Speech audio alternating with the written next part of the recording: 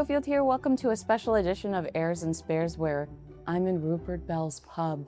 Oh, Rupert Bell! It's so good to be with you in real life. Well, I got to remember my name for first starters. The other day I completely forgot who I was. Yeah, lovely to see you coming over here. I know you come over quite often, but actually we don't often get a chance to have a drink. You spend a lot of time in the garden. Well, no, I'm not just in the garden. I do travel a bit, it's very nice to come to a pub, a proper English pub. And this is where we are today, is nice old chairs and a good old-fashioned glass or proper glass to put the beer in makes me happy. So I don't know whether it's going to be a 2-pint recording, a 1-pint recording, but whatever it is, delighted to see you in the UK. And I know, of course, big week this week for royalty and things going on. So I'm sure you're going to be very busy. Thank you. You have a big week coming up too, because you have Ascot. And that's always so fun to see the royals. And the good thing is you pronounced it properly. You taught me how to. Right. You chastised me until I learned how to. Because you went Ascot.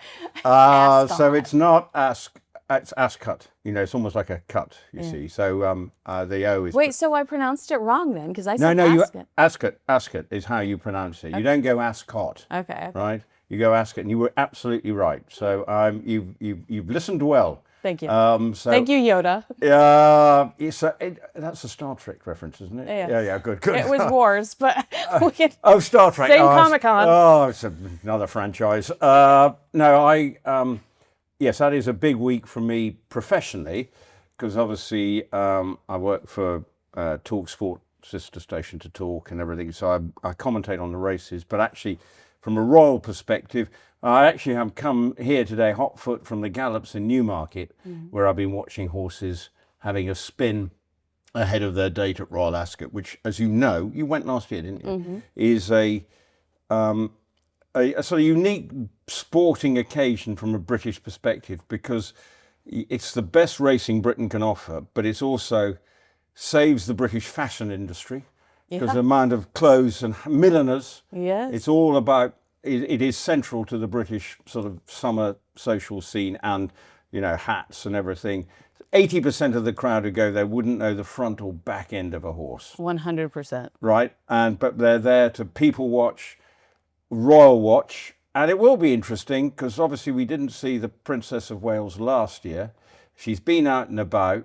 Will there be a 3-line whip for her and William to turn up on what day? Normally, if they do, it will be Thursday, which is the day, although it should not be referred to, it's known as Ladies' Day, but there's no such thing as Ladies' Day. I think that Prince William and Ladies' Day go hand in hand. Well, Let me tell you. I'm going to tell you some Ascot protocol here. Let me tell you. It's not Ladies' Day. It was done because there was an article in the Times back in the 19th century that said on one day, and the ladies looked absolutely familiar. Ascot don't want to differentiate on any day, because their take is that everyone looks spectacular whatever day of the royal meeting. Okay. So you know, and I get that, because why should it be singled out? What's different? But it's Gold Cup Day. Well, I think it's like perfect from a marketing perspective, because if you're a single guy, heck yeah, you're going to Ladies' Day, because that's when, you know, all the women are showing up and showing out. No, but they show up every day brilliantly at Ascot. Yeah. It's every day, because there is a dress code. So if you're getting tickets for the Royal Enclosure, you have to wear a certain form. You know, ladies have got to be in hats. Dresses have got to be of a certain type. Men have got to be in top hat and tails. Top hat fitted correctly. Annoys me when it sits up like that. So that to me is what makes it special. And people still, if they're not even in the Royal Enclosure, people still make a huge effort to dress up. And that is the point of Royal Ascot. It has a unique place in the sporting calendar. It's a sort of, because of that, the racing, from my perspective, is as good as it gets for flat racing enthusiasts. You know, we've got horses from Japan, Australia, America coming over. I saw one on the gallops at 5:30 this morning that's running from America. So it is a great experience, and I know you enjoyed it last year. I did. But the royal bit is still the key moment, the procession coming down from midday, from 2 o'clock. They all go to lunch. My brother was once in the carriage procession, because he trained for the Queen, late Queen that is. And he went there and he says, lunch, you have to eat this on the hoof. You really do, because you get there, because you can't, there's no dilly-dallying. Eat quick. If you're a slow eater, you're in trouble. So I am a slow you eater. have to be bang on time. Lunch is done, probably done and dusted in 45 minutes. You hopefully get a good pitch, and he did, I think. And then the Queen's got all her trophies in front of her, and she said, and used to say, she was so proud of one in particular. It's when Estimate won the Ascot Gold Cup. Well, that's the one I won. So, and she would be, and meant it, even though they are her trophies in theory, but she winning that was probably the defining moment of her race ownership career. What other impressions do you do, Rupert? I don't do any impressions. It's not a particularly good one, but it's sort of, you get my drift. But she was, and then I do remember, I'm digressing here, but it's I'm having fun. There is a Keep talking. sort of royal connection here. Is when my brother won the Ascot Gold Cup in 2017 with a horse called Big Orange. Was Big Banana taken? But Big Orange won, and I did a bit of a viral commentary on Talk Sport. My son, Ollie, who works for ITV Racing. Hi, Ollie. Yeah, hi, Ollie. Yes, yeah, he's still single. Kinsey. Anyway, Ollie is going to, and he ran onto the track to go and see, because it was his uncle's horses won. Yeah. I've done a slightly viral commentary that's gone bonkers. And then the next day, I happened to be staying in the chief executive's house that night, and I can't admit, I cannot say that there's a lot of name dropping going on here. I did. There was a little bit of this and some, right? Celebrating one of the biggest moments in my brother's career. To train the Ascot Gold Cup winner is a huge moment for any racehorse trainer. Anyway, he won it. I got over refreshed, and then there was rumours that I actually didn't go back to my hotel, but I slept in a car park. Well, actually, I ended up staying in the chief executive's house, borrowing a French shirt and tie the next morning with my morning coat to then go to the races. And then what happens is at the end... I thought you smelled amazing. No, I did have a shower. Okay. I did have a shower. No, I had slept in a bed, but I had to get up really early because the breakfast show of Talk Sport was coming from the racecourse, and they needed me there early. Probably shouldn't have been. Anyway, at the end of the day, Ollie is talking to the Queen, and next minute I get called over. Oh my gosh, and you're in your friend's shirt. I'm in my French shirt, dodgy tie, but I'm in my morning, I'm properly dressed. So we go up forward and we meet the Queen. And then then my son turns around to the Queen and says, this is my father. He slept in your car park last night. Oh, thank you. So I slept in I said, that's not the case. I slept in your chief executive's house. And then she asked me where the commentary went on. I said, it went on to Talk Sport. And I said, I don't think it's probably the radio station that you listen to first thing in the morning. But that was a big moment in our career. So, and in my career, and for my brother, it was a very special moment for him to win that race. But I will never forgive my son for showing me up in front of the late Queen. Yeah. Never mind. Yeah, I love that story. Wasn't there another story you told me previously about you took a spill? Oh, yeah. Well, yeah. Okay. You want the spill story? I do. Right. Oh, I'm doing my greatest hits now. Right. Oh, yes. I was working for Ascot, and was about an American horse won a race, and I walked out of the sort of area I was in. I slipped over in the weighing room and went in my top and crashed, bang. Now, I've got a scar as a result here. Not doing a close-up, people, but anyway, I've got a scar here, but I landed crash, bang, wallop on the floor, and there's suddenly a big gash here. And I've got a former jockey, Johnny Murter, going over me going, oh, Jesus, Rupert, are you all right? And I was all right, but luckily I got stitched up within 15 minutes because at Ascot, because they've got 80,000 people there, there's a fully fledged hospital under the grandstand. Wow. So I'm wheeled into the grandstand, but I go round with a great big shiner for the rest of the week because it was on the Tuesday. So I've got an eye like this. I looked rock hard. Anyway, the word got back to me was that the Queen saw me on the closed circuit TV at Ascot and should reportedly have said, impersonation time coming here, what what's the brother of my trainer been doing? Has he been drinking? So that was what happened there. And I did have a major shiner, but luckily I got stitched up within 15 minutes. And I did look as if I'd done 15 rounds with Mike Tyson, though, and a great big gash above the eye. But I was very lucky because it could have been worse. But I missed one broadcast.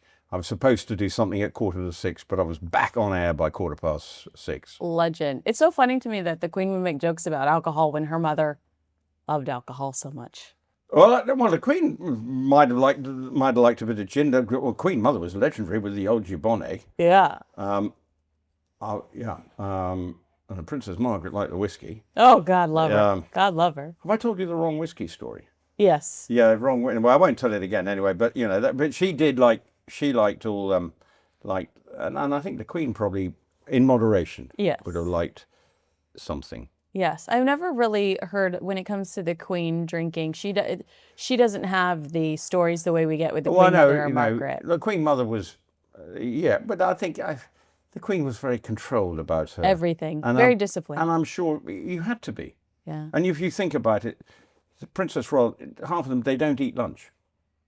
Because if they did, they don't like lunch. Because it means it's another meal. They sort of feel like they're wasting time.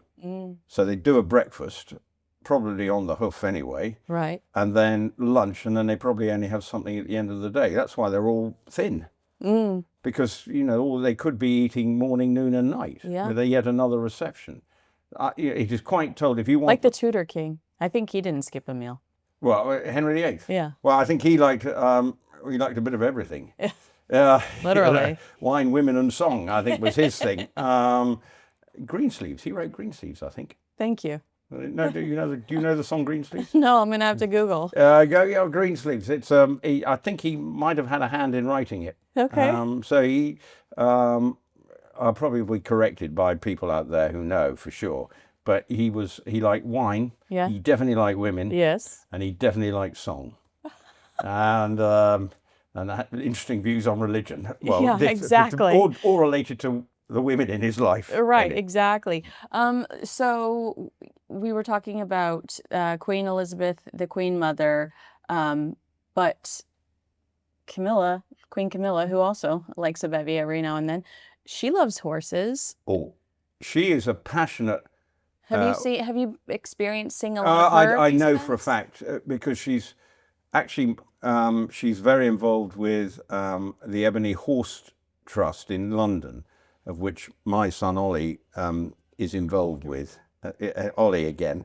Anyway, and she's very involved with that. She loves her racing. She's been around horses all her life. I mean, even last week she was up at Hexham Racecourse, which is not one of our leading race courses, but it's one of the most beautiful one up in the north of England. And she was there rather than going to the Derby, it would seem, because they weren't seen at the Derby, which the Queen always used to go to. She does love horses. They have horses in training, but it's a very different approach. They don't have as many. For the Queen, it was all encompassing. It was her big, big hobby. The King is very interested, but not to the extent of his mother. And he never wanted to overshadow his mother. But he's got some decent horses. And he's even bought a horse to go with a trainer in Ireland called Willie Mullins, which is quite interesting in itself. So he is interested. And if you talk of Royal Ascot, will he be there all 5 days? Because as we know, he's still recovering from cancer. And it's such a trek. I would not be surprised. And I also would justify it if we don't see him there all 5 days, because it's an exhausting experience. And I don't have the King's, I don't have the help that the King has, but I would understand if he was like... Look, I mean, I'm there for 5 days, and it's look, I'm sure he can slip away, and it's a long day, so he wouldn't be there all days. Look, his father was legendary for get there for the big race and would shoot off after the three, while his wife would stay all day. I am the Prince Philip in this scenario. I'm like, I think I did leave early after. I made sure you texted me and said the King and Queen are coming. I made sure I saw the King and Queen last year. But the second that I witnessed everything that I wanted to see, your girl was out, and not in a train, in a cab. I took a cab back. Well, you've got a very good expense account. Punchy. Wow. I don't have an expense account. I just have no patience. Not experiencing the train journey from Ascot. No, I went there on the train and it was fun. But on the way home, I took a car because my feet were like this big from all the walking.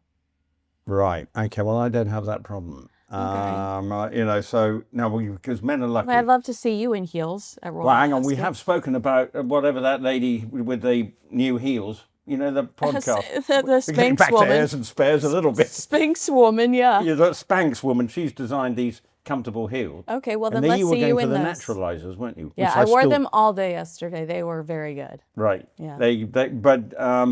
So you should. I couldn't.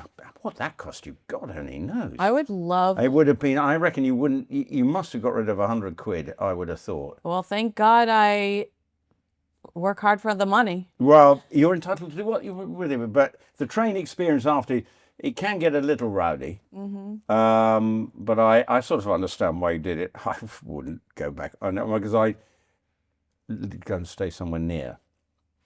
But this is also a humble brag. Did you see the way he just slid that under there? I also stay somewhere near. You know who lives near Ascot? The royal family. Yeah, well, I don't think I'm going to get an invite into Windsor Castle. They all do live, because that's the whole point.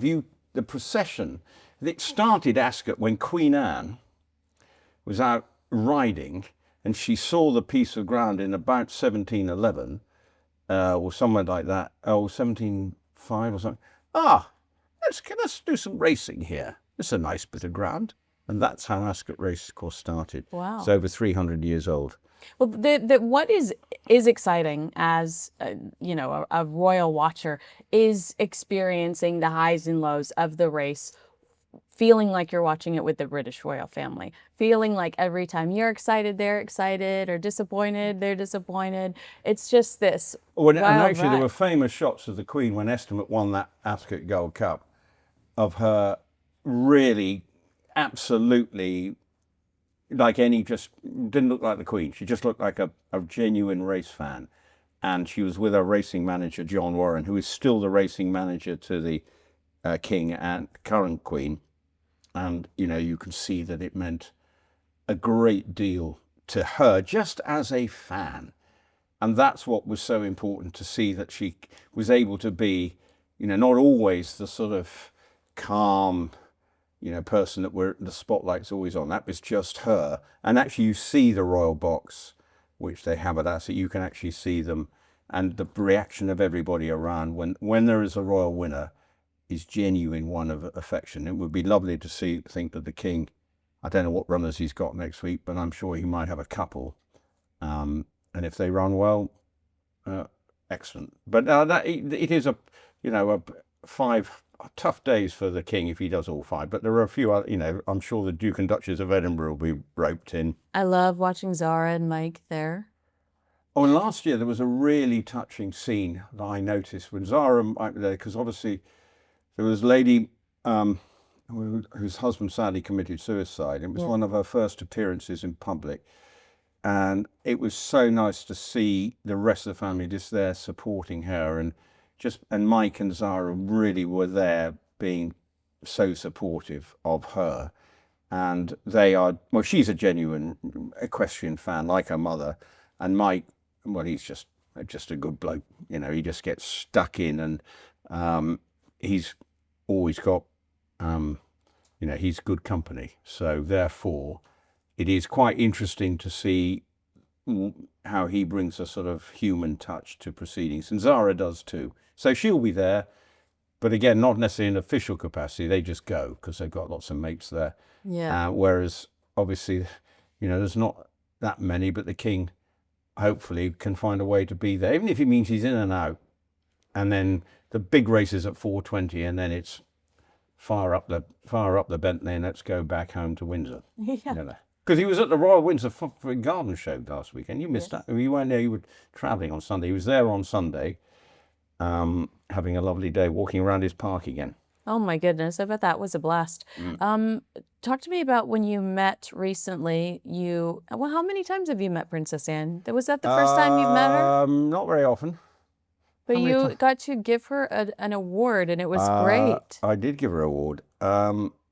And yes, one of my other jobs is chairman of the British Equestrian Media Association. You're like Meghan Markle. You have so many titles. Yes, but yes, I didn't pay for this one actually. Meow. So, edit. Maybe not. I know you'll keep it in, won't you? I made myself blush. Never laugh at your own jokes. Anyway, I am chairman of the British Equestrian Media Association. We're a very humble organisation. I've only got about 120 members. But it was always, I think, because she's so, does so much for other people. And one of the things that she's been amazing at, yes, she was a brilliant rider back in the day. She won the European Championships on a horse called Doublet back in 1971, I think. Competed at the Montreal Olympics in 1976, didn't get very far, fell off. And as she told me, I was concussed, so I have no recollection. Wow. So her recollections may vary. Right. See what I did there. Anyway, so she, and also what she's more significantly, not only is she bred a world eventing champion, but she has done so much behind the scenes on behalf of British sport and equestrian sport within her role within the IOC, the International Olympic Committee. And it's been, equestrian sport is very traditional. It was all founded in sort of military. If you look at 3-day event, it was a sort of 3 riding disciplines that you needed to be a cavalryman. So that's all part of it. So it's, whether it's now sexy in the Olympic vogue, but she tirelessly worked behind the scenes sort of championing equestrian sport. And we felt, as an organisation, that we should try and give her the award, a Lifetime Achievement Award. But it's not straightforward. Well, and she doesn't like that kind of attention. So No, and you don't just turn up and say, oh, by the way, I've got an award for you. Yes. You have to go through hoops. Yeah. So the wheels went into motion about this time last year when I was tipped off that she was going to be at the London International Horse Show. I thought, perfect, because that's when we have our award lunch. But I know she, as I said, they don't do lunch. I was categorical, but I know she was going there because she does a lot of work for Riding for the Disabled. And they were the charity for the London International Horse Show. So wheels then spring into motion. Her lady-in-waiting, Jane Holderness-Rodham, she was known as the Gallop flying nurse because she won Badminton age 20 while having been working as a nurse during the day and then riding at Badminton. Won it last year for her work. But it wasn't a master plot to give it to a lady in waiting and then think, well, that's an easy one. We just go up the food chain. Yeah. No. She said, you need to write to this lady. So wrote to this lady and said, we'd like to do and why. And then we were told, we would now like you to write personally to Her Royal Highness explaining why. So I'm thinking, oh, right. So with advice from somebody else, because I hate writing. Mm-hmm. So we went into full grovel mode. And so, but actually meaning it, because really she has done, and then she said yes. Yeah. So we managed to present the award at the, we got the green light that she would accept it. She came there on one of the Thursday night of the show after the Puissance, and the key thing I wanted more than anything was for the sellout crowd at London to be able to recognise and give her, British Equestrian Media Association, that means nothing, right? But actually I wanted the 8,000 people in the crowd to actually, all equestrian enthusiasts, give her a moment of turning the tables on her. No. And that she'd just been presenting the prize to the winning riders in the Puissance competition. That's the one where they jumped the big wall. And then it was my turn, and she was, I was blown away, but she genuinely seemed touched that we'd made the effort or wanted to give this to her. And then she's talking to me, watching footage of her on the big screen. Yeah, because you put this beautiful video of her together. A video up on the screen, and she's then telling me about the desert. Suddenly I can't remember what happened in the Olympics. Next minute she's telling me by the way, I rode. Sound like a mother. By the way, I rode Desert Orchid, and I'm thinking, well, this is going a bit wacky because normally I didn't know how to behave, and it was just a. And what the royal family have is this incredible ability to make you feel when they're talking to you that you are the only person in town. Yeah. Right. And because they're meeting so many people and they're going person to person to person. But she was, with that 5 minutes that I had with her, she made me feel $1 million, whereas actually I wanted to make her feel $1 million. Yeah. And I have heard subsequently that she was genuinely touched that she had been asked, to receive this award. So for me, that was one of, I'm going to do a Hugh Grant moment here. I was talking to somebody from the Horse and Hound just a few moments. You know the reference I'm talking about from, was that Notting Hill? Anyway, so I was on my way here talking to someone about that award to the Horse and Hound because they're reflecting her 75 years, I think, of her involvement in equestrian sport. And I actually probably think it's one of the most memorable moments in my career that I was able with my colleagues, create the opportunity to give her that and reflect what she's done on behalf of the sport. And she is, look at her support for her brother. She is unwavering. Her commitment is just a lesson to us all in service and about being the number 2. Right. She is the perfect. Prince Harry. She is the perfect example of how you behave, knowing you're not going to get the top job, but you're born into something and you give it your absolute 100%. And make it your own. She's made it her own. People know what you're going to get. No fuss, no bother. She'll get on the train at Kemble to go to London if she needs to. Won't want drawing unnecessary attention. Would just remember she survived assassination attempts. She's kidnapping, right? Kidnapping, yeah. In London back in the day. What she must have said to the person trying to. I think she gave him 2 barrels. Yeah. It would have been quite funny, I think. But she was and is. How did they leave that out of the Crown? What? How did they leave that out of the Crown? Well, good question. I don't know. I suppose. I mean, that's one. Well, it's such a unique storyline. It shows her strength. It shows her bravery, courage. But is it the Crown? Is it concentrating on the king and all and all that Queen and all that stuff? Yeah. I mean, it's faction. Let's be honest. The Crown was faction. Yeah. There is a giant portrait of her in my hotel room. It's really actually, yeah, it's actually very beautiful. Also, my Uber driver here told me that he met her and that she was so wonderful to him. But she was kicked in the head not too long ago. She said it was another one of those moments by a horse. Another one of those moments where she says she blacks out and doesn't remember the event. Back to work. I mean, what was it, 48 hours? And this is the thing. She went out one night at home and, sort of went out on her own. And, no one quite knows what happened. Yeah. Even Princess Royal doesn't know what happened. So it's quite a, probably a lesson now. She can't just go wandering off and look after horses because, getting clobbered by a horse. I mean, I've got a friend the other day who I saw at a wedding. I mean, she'd been kicked in the face, and you think, these horses, I don't ride. I'm king of the Self-Preservation Society. These are dangerous animals. Yeah. But yet I've worked around them all my life, and I was with some fiery old racehorses this morning, but sitting on them.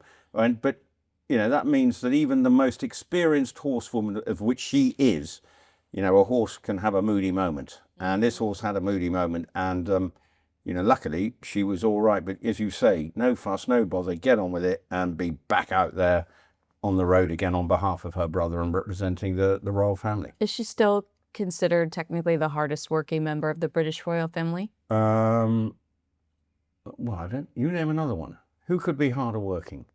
King Charles, or Queen Camilla, honestly. I think it's probably Princess Anne, then Queen Camilla. Well, Queen Camilla does a lot. But she's also probably can't do as much because she's trying to put a restraining order on her husband to stop him doing too much. Yeah. So there's a bit of that going on. Yes. So I would suggest that she is there's talk, perhaps they ought to look at what they do with the Edinburghs. Raise the Duchess's probe. We saw the King in William with Sophie, the Duchess of Edinburgh in Cornwall, and she's got a common touch in terms of being able to just engage with people. She's just very sweet and charming. And she comes from a PR background. Yes. So she knows what it's about, and talking to people within their household, and I will refer to theirs as a household, not the lot in Montecito, when they talk about that quasi-royal court, say that they just are, they too are just know what their role is and just want to work together as a team, get on with it, and do the best they can on behalf of their brother. Again, a lesson, it hasn't always been an easy course for Edward in navigating, trying to be, he set up a PR company, both of them got into a bit of hot water a few years ago, but they've sort of gone, right, no, let's just focus on... Well, it's the playbook Harry and Meghan should have really studied. Well, and I think the Queen knew that, and that's why the Queen suggested that Meghan sit down with Sophie, and Meghan said, that's okay, I have Harry. Well, this is the problem when we probably had to get round to them. This is supposed to be an edition of Heirs and Spares, but at the moment it sort of seems to be as far from that as possible. It's just Rupert Bell, this is your life. Yeah. Where's the red book? Anyway, no, and I think that is a lesson of how you can conduct yourself and be valued and seem important. But if you haven't got the ability to know and understand, and Harry should have known, that there is a precedent, there is a protocol, it's history, it's been passed through for generations. There is a way the royal family works. You cannot just parachute yourself in and think you are going to transform an institution that's been going, even before 1066, we did have a royal family. Right. Edward the Confessor, Ethelred the Unready, or something like that. There were people around before William the Conqueror came over. So I would suggest, this could be turning into a 2-pint edition, but it's very good. So I would, so I think that's a real lesson of how to do it. And Duke and Duchess of Edinburgh have sort of worked their PR, that they've got themselves into a much more good place, and people support what they're doing. And, obviously, their children very much in the background, but Lady Louise loving the carriage driving, very much in memory of her grandfather. It's all very, they know their act, as it were. Another example also of a family that protected their children throughout while they grew up, protected them, had this little core. They weren't having their photos taken at school every day like Meghan was claiming she was going to have to deal with as a parent in the UK. They protected their children. They've grown up. Lady Louise is in school, and we don't get updates. University. I think she's at university. Yeah, she's at university. We don't get regular and I updates. think she even worked in the garden centre or something. Just got on with it, and probably half the people there didn't even know who she was. Mm-hmm. So that's what it should be, and that's why, coming back to the Princess Royal, when she married Mark Phillips, who was a brilliant horseman in his own right, she did not give those children a title. It's an absolute lesson. Married a commoner. She didn't want a title, so that's why it's Mr. and Mrs. Zara Tyndall, Peter Phillips. It's such a good move from the Princess Royal that she didn't want any of that. Wanted her children to try and be as normal as possible. Yet you've got in America those two children with HRH titles. And Prince and Princess, what's that about? Losing his mind over the HRH titles, suggesting that the king was trying to hold on to access to their passports because he didn't want to give the children HRH titles, because ultimately Harry wants his children to decide whether or not they're going to be working royals. They're not going to have that luxury. No. It's going to be King William who's going to say, you grew up in Beverly Hills. What are you going to do over here? Flip a burger? I don't get it. No, there's no way. No, the hip. Yeah, now we're off. Now we're fired up. Well, we're under starters' orders now. Rupert's going to go into a Meghan rage. No, it is absolutely galling. Normally we're doing this over a Zoom link, but now you can see me start the blood to boil and maybe the beer's kicking in. But I just would venture to suggest that is so naive of them, trying to clutch onto something that, in Meghan's case, doesn't want to be involved in Britain, yet wants a title. I don't understand and it. wants to sell tea. Like, if you're stop talking about, like hijacking certain aspects of it's cultural appropriation. Well, that's yes, cultural appropriation. Yes, ban it. No. No, I really just think it is so wrong on every level. Yet you look at what they're trying to do, what the Edinburghs have done with their children. Look, their Lord and Lady, whatever. That's fine, but under the radar. Yeah. Anne's children are under the radar. We know that the Prince and Princess of Wales are trying to keep their children under the radar, but they come up and they put their head above the parapet, as they probably will. We'd expect to see them at the King's birthday parade and other family occasions, sort of semi-private occasions, and that is absolutely what it should be, but not manufactured, as we've been seeing recently, in a sort of really tacky, tawdry way, and sort of. Oh my gosh! Can you imagine Duchess Sophie twerking? No. She may have twerked, but I don't think we'll ever see the video. I couldn't say no. I don't know, but But we would never see it because she's an she's a PR expert. We should never have seen that. Yeah. It was. You'll never unsee it. You were traumatized I know. I'm afraid by that video. that is annoying the heck out of me that I can't get it out of my head. But it's just, and that is a lesson of how the other members of the royal family. Now, unfortunately, Prince Andrew is tarred with the same sort of brush as Harry. And look, I remember I was at school with Andrew. There was one bodyguard who was always around. Mm-hmm. I mean, what he did, I don't know. It was a different era. Yeah. In the late 60s, early 70s.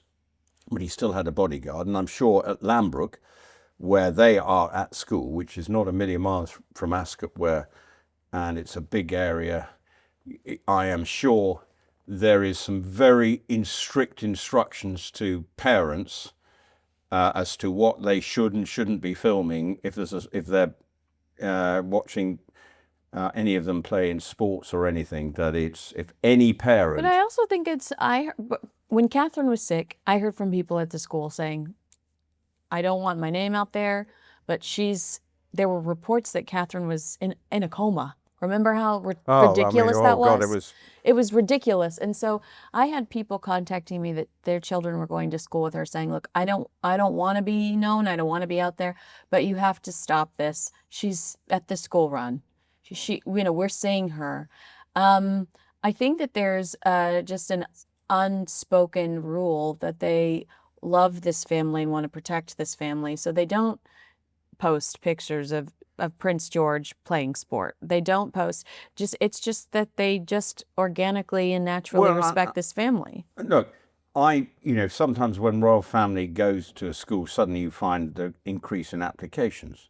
I mean, back in the day, there was rumours, that why. I don't think it's rumored Catherine went to St Andrews is because Mum said, "Well, you're off to St Andrews." Yeah. Now, you know what? That's I a think smart there may be a little bit of, I don't know. There may be some truth in it. If I were old enough, I would have done it, or did in homeschool. I feel like I would have had a hard time convincing them. Here's all of my this is my NSYNC website. I think you guys should really enroll me here. But I understand. I don't even care if that's true. I feel like that's spoken about as if it's a bad thing that Catherine went to this school so she could meet Prince William. That sounds like a great success story. Well, okay. It came off, but it could have not. They broke up, but that was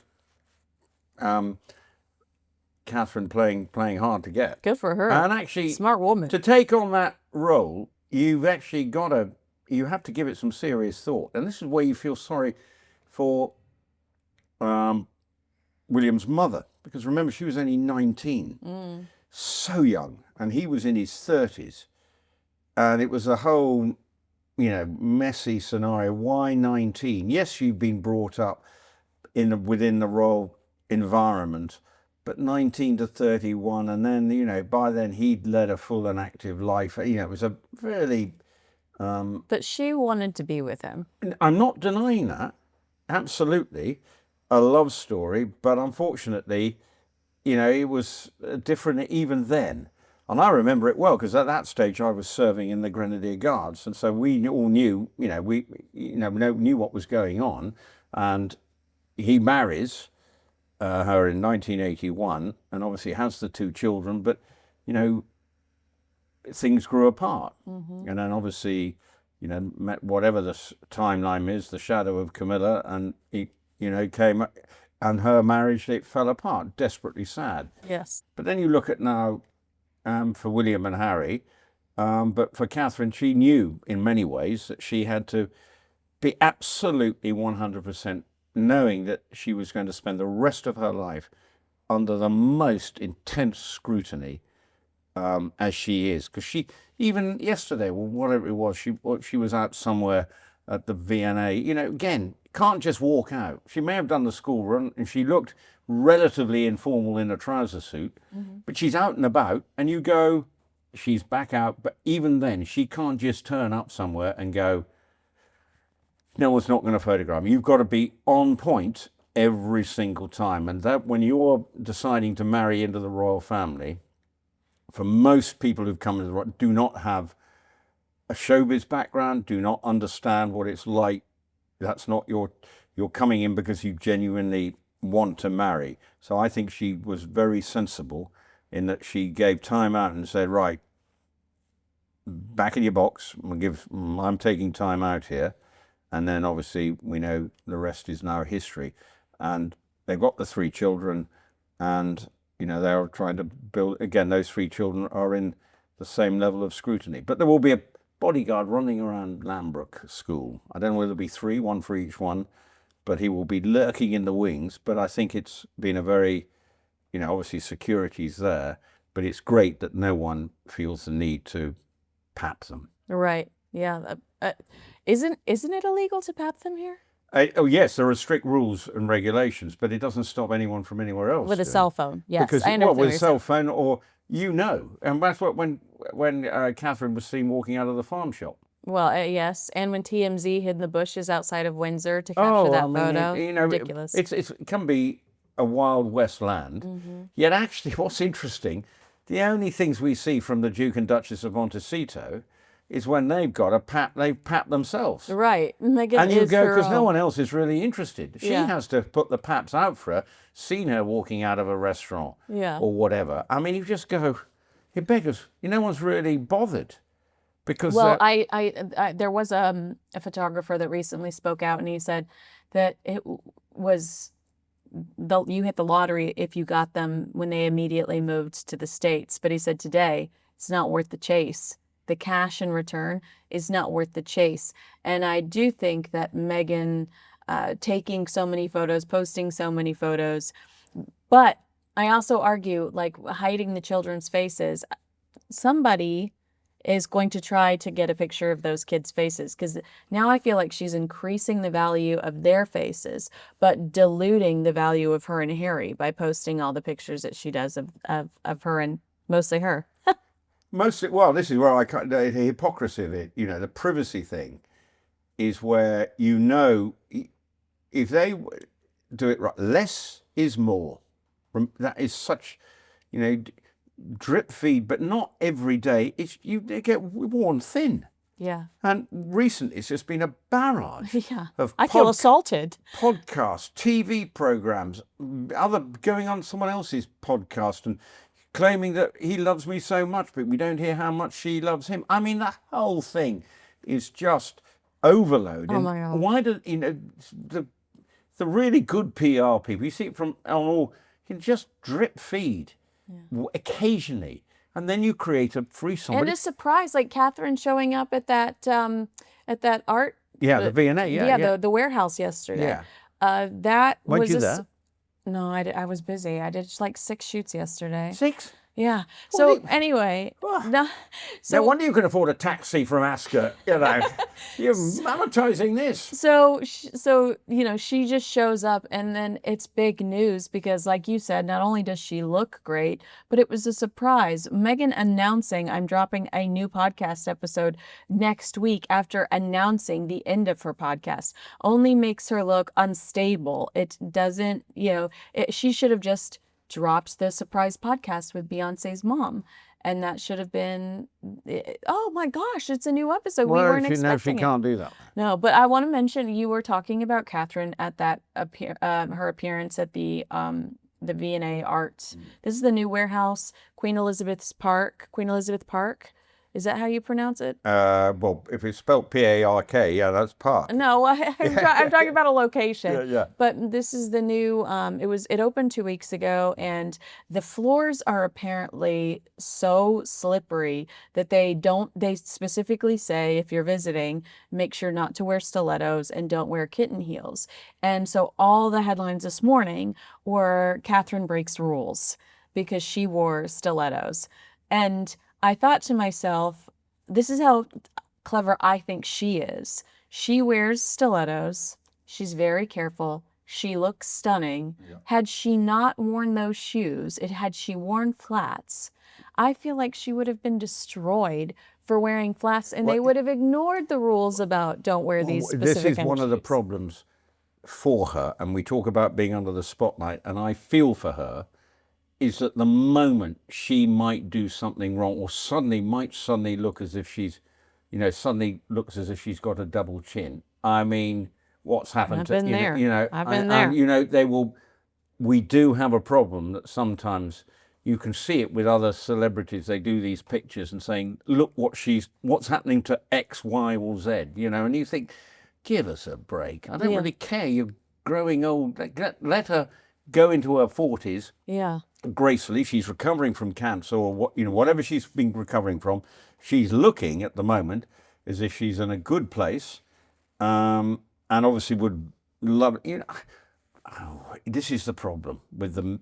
We are part of that media. I was going to say, with us. We are the media, but I'm not going to slag her off. I didn't know the rules. I mean, I saw the picture and I was unaware. I just saw the picture and read the caption underneath. I didn't get to go for that. You've obviously done a bit more research. That's why you're good at your job, and I rely on you for bits and nuggets here and there. But I feel for her for that very reason. Yeah.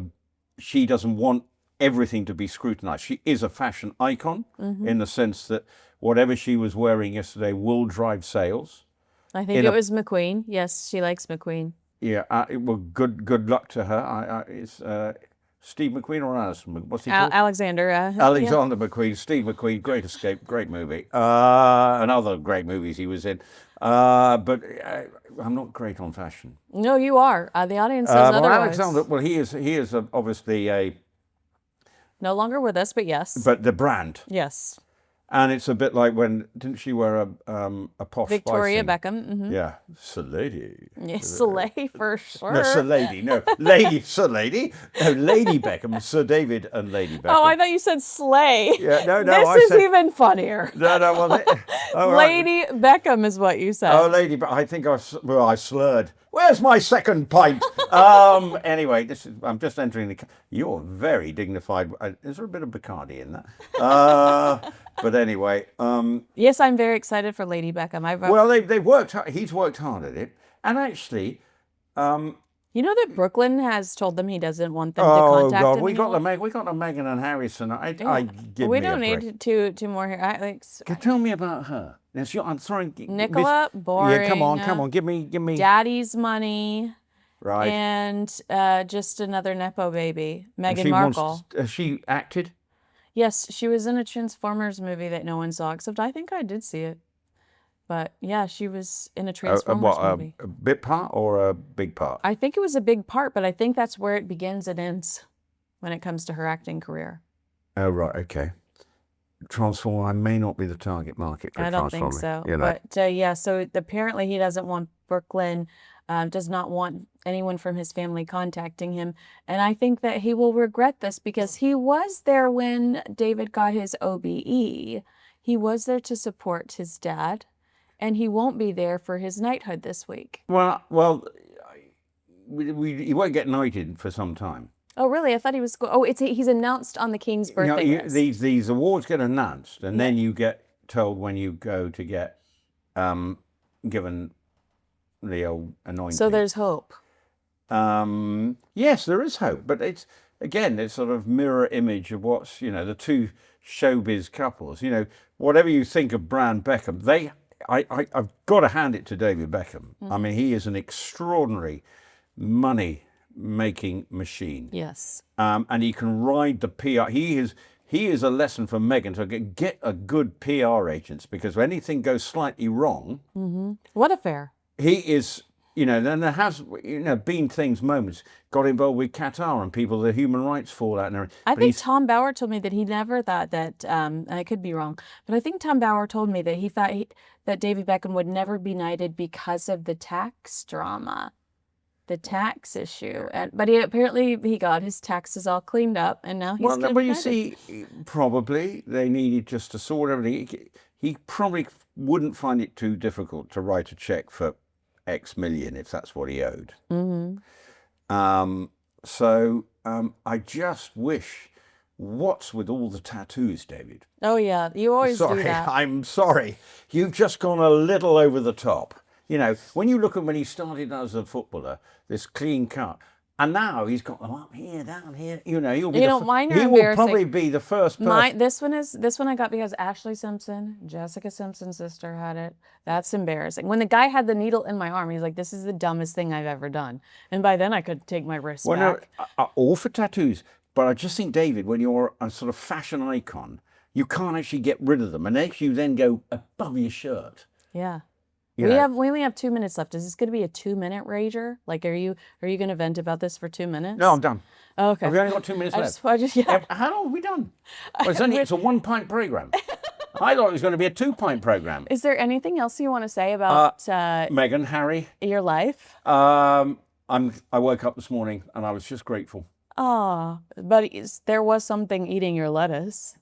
A gardening update, viewers. And we always have to have, this time is a stressful time of year. And partridges have eaten my lettuce now. I've had a bean crisis and we still don't know what chomped my beans. Bean crisis. But the good news is, dear viewers, my aubergines are thriving. And I now know what it means to some people. And my courgettes are looking very, very good.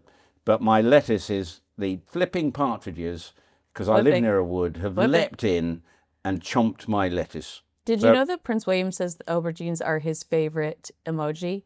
Well, what? Well, there we go, viewers. When someone told me that, it's a bit like, I'll tell you a story.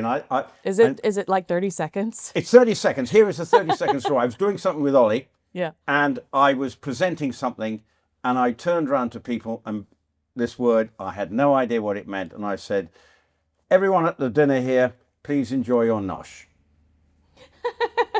I'll leave it there. Thank you. What a brilliant, beautiful ending. All right. Agree with anything we said, disagree with anything we said, let us know in the comments below. Make sure you like, subscribe, and share this video with a friend. Rupert, you're a doll. I love you. Lovely to see you in situ. Yeah. And I now need to go to LA to meet up with my eldest son, and then we will do this in LA. Can we bring the camera crew with us? Well, it's probably going to be iPhone, but I feel like we can recapture the magic. Okay, well. Say slay this time. We'll tell them there's a budget and find a cameraman. Okay, say slay. Slay. Oh, yay. Thank you. Bye-bye, Bye, all. guys.